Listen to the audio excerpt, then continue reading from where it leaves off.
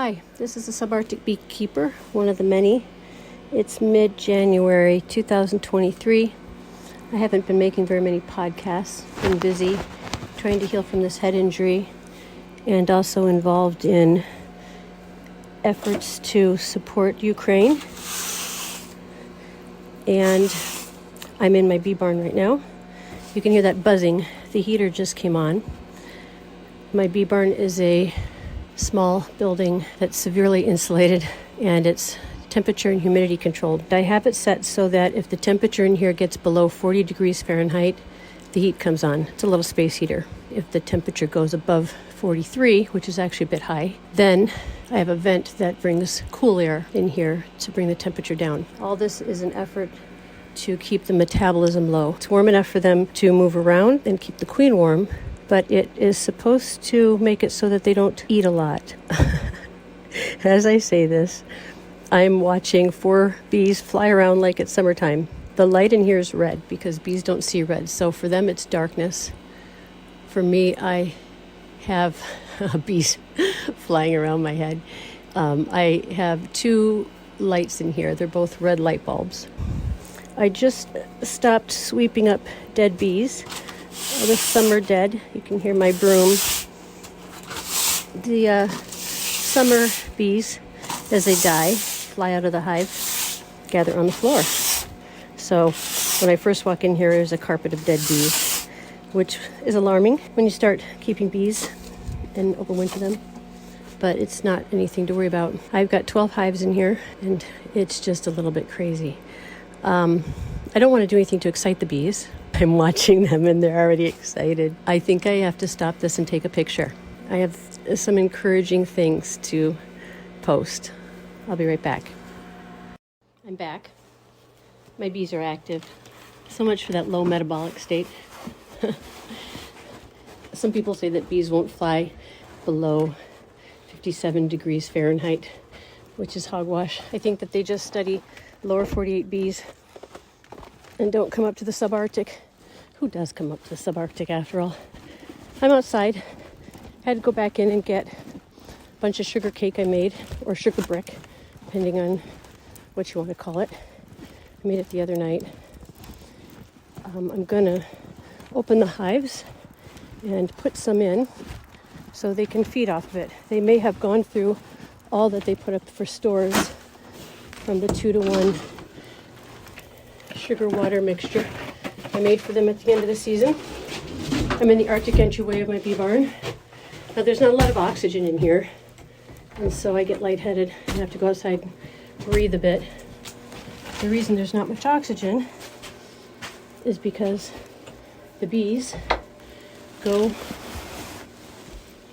into a state of hypoxia, which also helps them lower the metabolism and promotes the perseverance, maintenance of a juvenile growth hormone that helps them last through the winter. This is along with the vitellogenin, which I might be saying wrong, but that's fine, that they have, which is kind of a fatty inner layer that helps them survive up to 10 months, whereas the typical summer bee only lasts about 6 weeks. So with bees flying around, I always say a wee bit of eye. And I'm looking at my hives, trying to figure out which one to open first. I brought with me my hive tool, a notebook. It's getting a little hard to breathe because it's easier to write with pencil as I do this. I can write it real quick and then enter it into my tracking program later. And I'll just record some observations, whether or not the hive is still alive, and if I put sugar cake in it, what's going on. I have a nuke hive, my favorite one. I painted it in a pattern that I got off of a Polish jacket I have. The bees are all at the entrance, literally. Ideally, they'd be in a cluster. That's not the case. I'm trying to think about whether or not I want to take one for the team below the belt or above the belt, because I'm sure I'm going to get stung. They don't think they know me right now. Bees know our faces and our smells and such. They get used to us. However, my bees have been hived up since late October, mid to late October. I don't know if bees forget, but I'm certainly not someone they want opening their hive right now. I have wool blankets on top of the hives. Part of that is to absorb moisture. Part of that is to contain the bees when they do come out. Because it's dark in here for them, they're not going to find their way back in. But if they fly out and they hit a blanket, I also have some pieces of wood in front of some of the hives, then they can find their way back in. I'm looking at 2 big hives, which means they're each one deep box with 10 frames in them and bees. And I have a shelving unit in here that holds 400 pounds, which is good because each of these hives is supposed to be about 100 pounds with stores in them. I had a problem at the end of the season. We have voles up here. They're not mice, but they're close. I have not ever had voles before in my hives and didn't think to look for them. When I was strapping my hives down to move them into the barn, I found a little nest.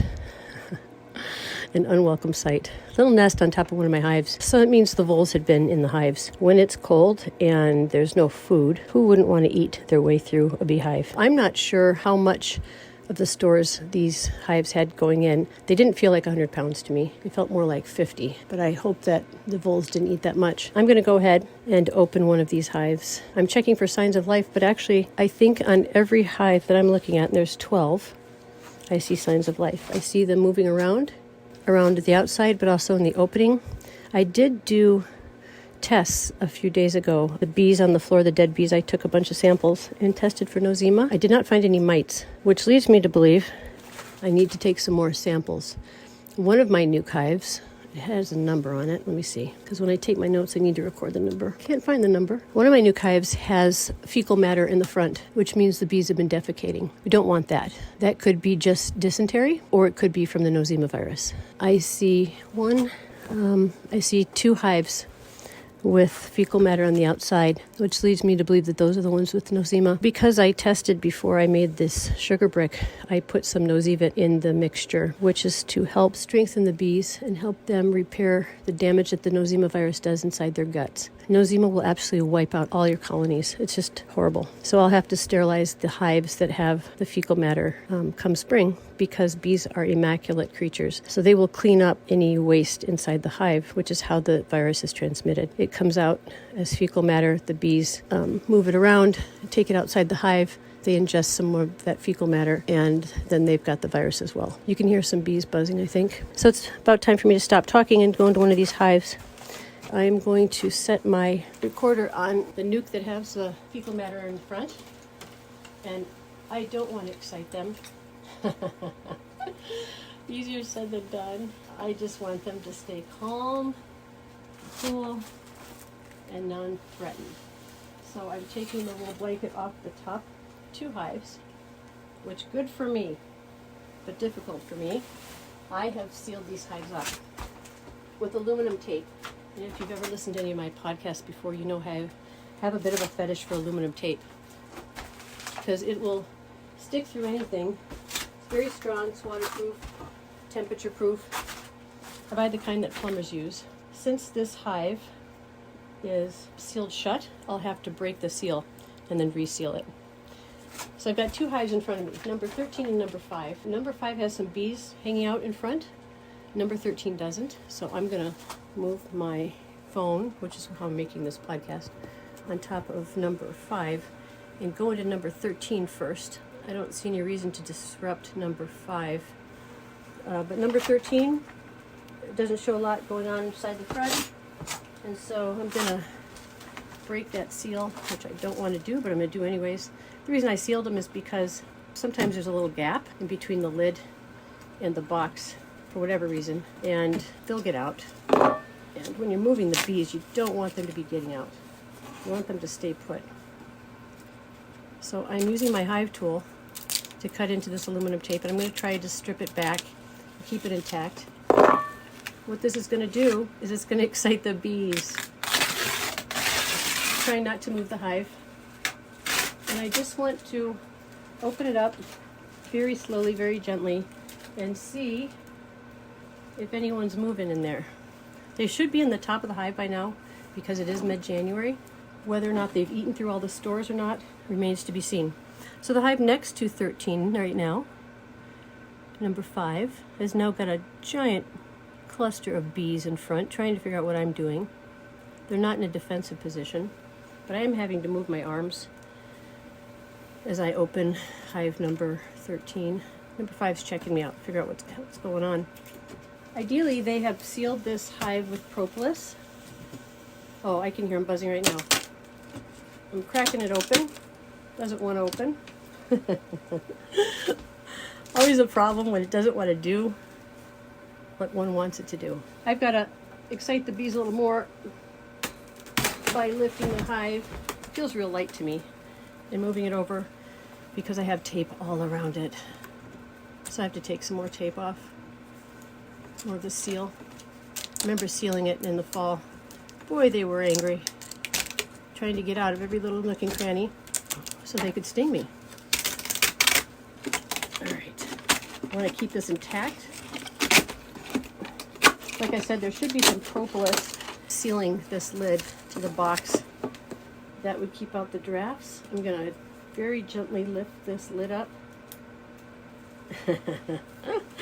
The hive is on an uneven surface now that I shifted it.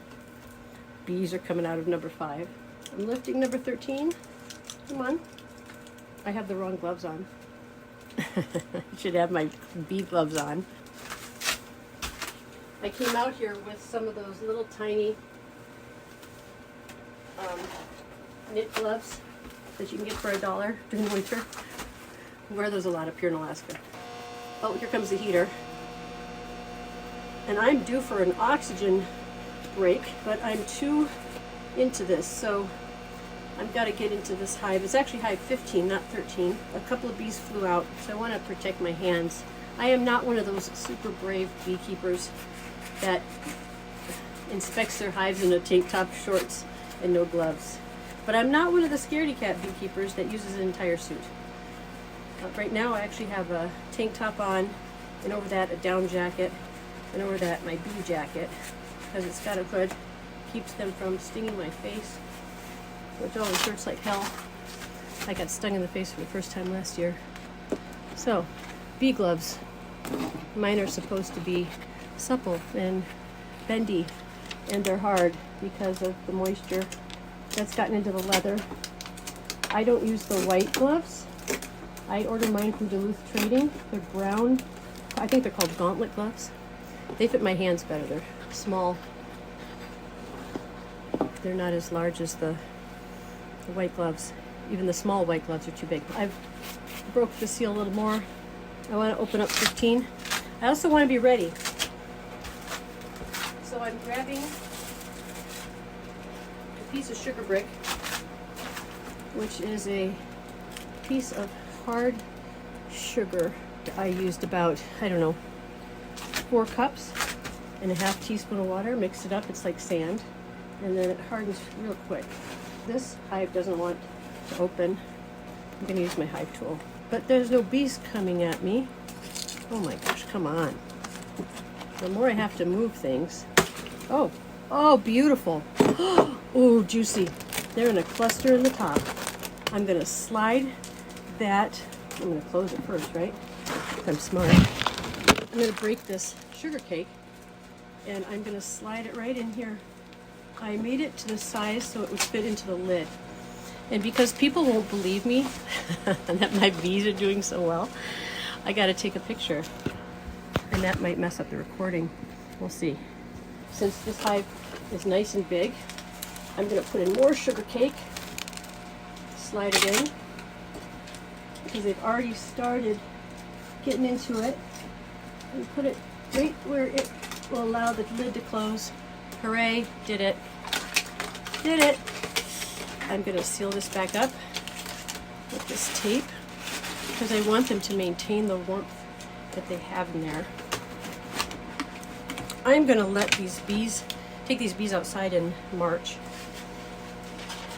which is way too early in a subarctic climate. It's going to be too cold for them. But I built a hive pod last year on our deck, and it's in the direct sun. It gets a lot of light, and that sun warms it up real well.